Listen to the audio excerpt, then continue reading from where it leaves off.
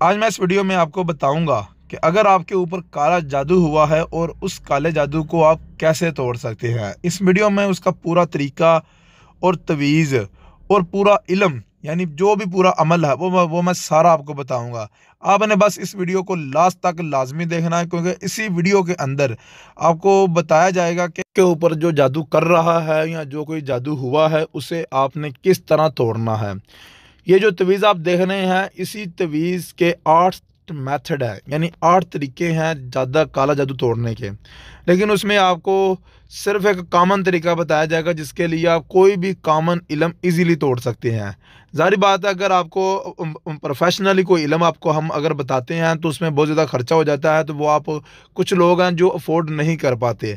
लेकिन जो कॉमन है वो तो घर बैठ के लोग ईजीली आराम के साथ वो कर सकते हैं। ये देख लें, ये जो तवीज़ आप देख रहे हैं, इसी तवीज़ की आपने 8 फ़ोटोकॉपी आपने करवा लेनी है, या इसी तवीज़ को 8 मरतबा अपने हाथ से आपने लिख लेना है। लिखने के बाद क्या करना है कि इसके ऊपर आपने 72 मरतबा या वदूदू आपने पढ़ना है हर तवीज़ के ऊपर, 8 तवीज़ों के ऊपर। फिर आपने क्या करना है कि आपने घर के हर कोने पर आपने उन तवीज़ों को रख देना है।